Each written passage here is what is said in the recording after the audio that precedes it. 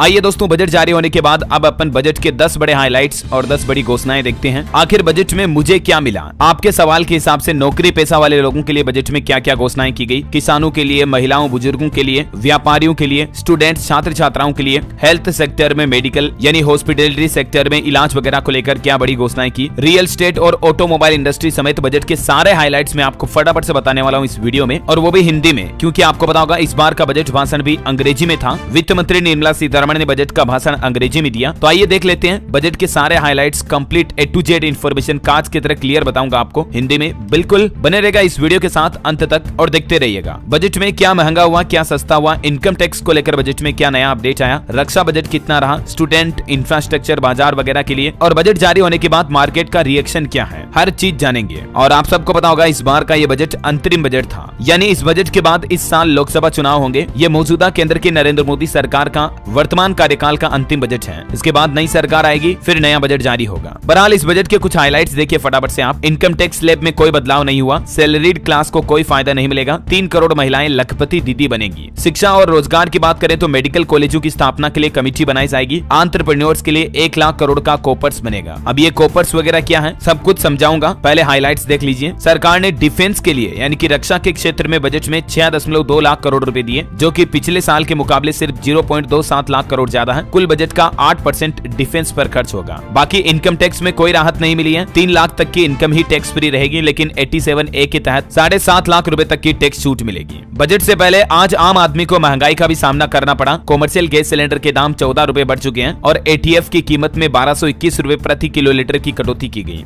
यानी कि अब कॉमर्शियल गैस सिलेंडर तो महंगा होगा, लेकिन आपका हवाई सफर थोड़ा सस्ता हो सकता है, क्योंकि ATF की शुल्क में कटौती हुई है। तो बाकी इस कटौती के बाद 4 शहरों में कॉमर्शियल गैस सिलेंडर के दाम अभी क्या चल रहे देख सकते हैं आप। जैसे पहले दिल्ली में 1755 थे, वो बढ़कर 1769 हो गए, 14 रुपए की लगभग बढ़ोतरी हुई है सभी शहरों में कॉमर्शियल गैस सिलेंडर में। हालांकि घरेलू रसोई गैस सिलेंडर के दाम में कोई कटौती या कोई बढ़ोतरी नहीं हुई, कोई बदलाव नहीं हुआ। अभी घरों में इस्तेमाल की जाने वाली डोमेस्टिक LPG सिलेंडर की कीमत 903 रुपए के लगभग ही चल रही है। बजट के टॉप मोमेंट्स भी देख लीजिए आप। देश की राष्ट्रपति द्रौपदी मुर्मू ने निर्मला सीतारमण का मुंह मीठा करवाया। राम मंदिर के जिक्र पर सांसदों ने ताली भी बजाई। वंदे भारत स्तर के बनाए जाएंगे 40,000 रेल डिब्बे। ज्यादा भीड़ वाले रेल मार्गों के लिए अलग से कॉरिडोर बनाए जाएंगे। 11% इंफ्रास्ट्रक्चर बजट भी बढ़ाया गया। तो ये मतलब रेल बजट के हाइलाइट्स हैं। बाकी बजट में महंगा सस्ता को लेकर क्या फैसले लिए गए, और वहीं जो बजट से पहले चर्चाएं चल रही थी कि किसान सम्मान निधि योजना को बढ़ाकर 8,000 कर सकती है सरकार, इस पर भी क्या कुछ फैसले हुए। आइए एक एक करके सारे हाइलाइट्स और पॉइंट्स देख लेते हैं। शुरुआत ही करते हैं नौकरी पेशा लोगों के लिए। तो चाहे आप प्राइवेट सेक्टर में नौकरी करते हैं या सरकारी नौकरी करते हैं, देखिए नौकरी पेशा लोगों के लिए सबसे पहले तो इनकम टैक्स स्लैब में कोई बदलाव नहीं किया है। लागू हो चुकी नई कर योजना के तहत 7 लाख की आय वालों को टैक्स नहीं देना पड़ेगा। नए फॉर्म 26AS से टैक्स फाइल करना अब और आसान होगा। 2013-14 में 93 दिनों के बजाय अब मात्र 10 दिन में टैक्स रिफंड मिल जाएगा। तो ये ITR को लेकर फैसले लिए गए। दूसरा,